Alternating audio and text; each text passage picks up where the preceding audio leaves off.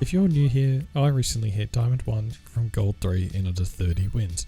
I work full time and definitely consider myself a casual gamer. And for those of us who do play games casually, we don't have the time to spend grinding hundreds of hours into the game. So here's some tips and tricks that I use to get my desired rank that may also help you in your journey too if you're an old fossil like me. Enjoy. Identify who has the biggest nuts and stay with them. Our duelists are playing Habbo Hotel in the corner of A main, so they clearly have tiny nuts. Create an invisible leash with the big nut players, so that whenever they run into a fight, you also fight. If they go in, we do too, and if they die, we trade them. Cypher decides to leave, so his nuts are being downgraded, and Jet has finished playing Habbo Hotel, and is now peeking, so we have to stay with her. So putting aside the chasing of balls, here's why I do it. 1. This ensures the enemy team isn't getting free kills. 2. It solves the frustrating problem of teammates running in with no plan. And 3. Allows more time for hitting shots as you're not the first point of contact.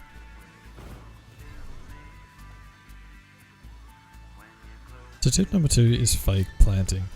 We all know fake defusing is a thing, also known as tapping the bomb. But fake planting is just as important because 90% of the time your teammates aren't actually covering you and they won't know how to do it properly either. Tap the bomb once and wait for defenders to peek. Do it multiple times until you feel safe enough to plant. And if that bomb never goes down, then your team just hasn't secured the site properly.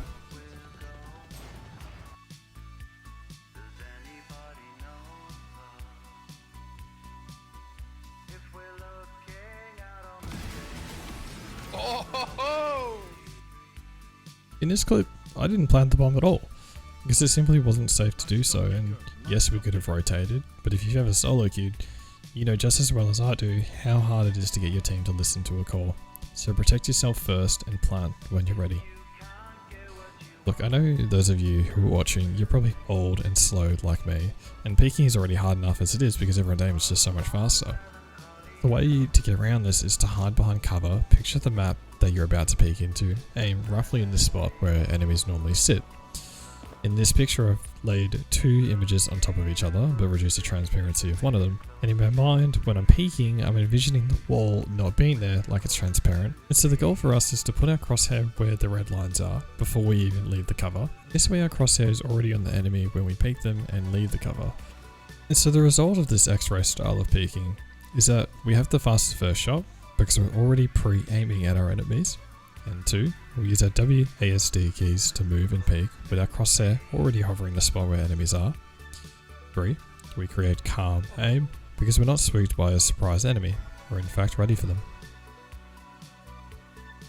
Now the real reason casual players like us struggle with consistency is because we're obviously not in the game as much as we need to be in order to actually stay consistent.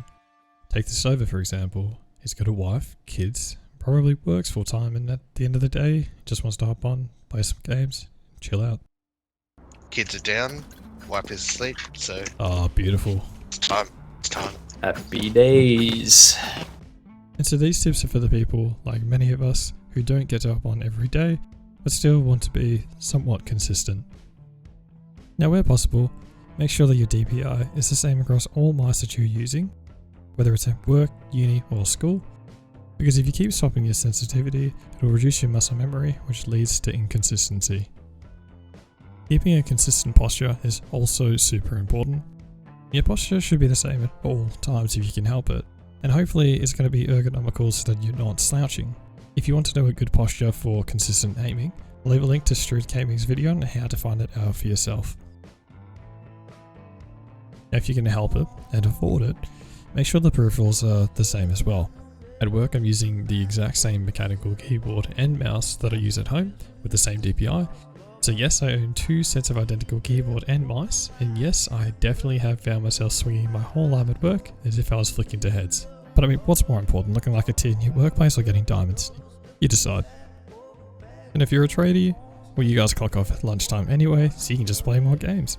I'm not salty that I work till 5 every day and get paid less than my tradie friends, so I'm not, I swear. Now there's plenty of guys out there talking about mental and keeping it strong, so I'll just quickly add my 2 cents. For those of us who are competitive in nature but casual in practice, This can make it difficult to keep a strong mental. We want to win and climb through the ranks, but we don't have the time to commit to it. And so my advice to you is to change how you look at gaming in general. When you finish work, don't make jumping onto Valorant your first priority. Do your house chores, cook dinner, spend time with your partner or your kids, and play when time allows. When we have a goal in mind, we can at times forget that this is a video game at the end of the day, and we lose that enjoyment altogether. Climbing through the ranks is already draining as it is, so flipping the script and making this enjoyable will help your performance. Remember that playing games should be your hobby and not your second job. And this last one probably goes without saying, but when you're enjoying yourself, you will perform better. And there are white papers out there that suggest for every 1 unit of quote-unquote happiness, performance would be 3 times better.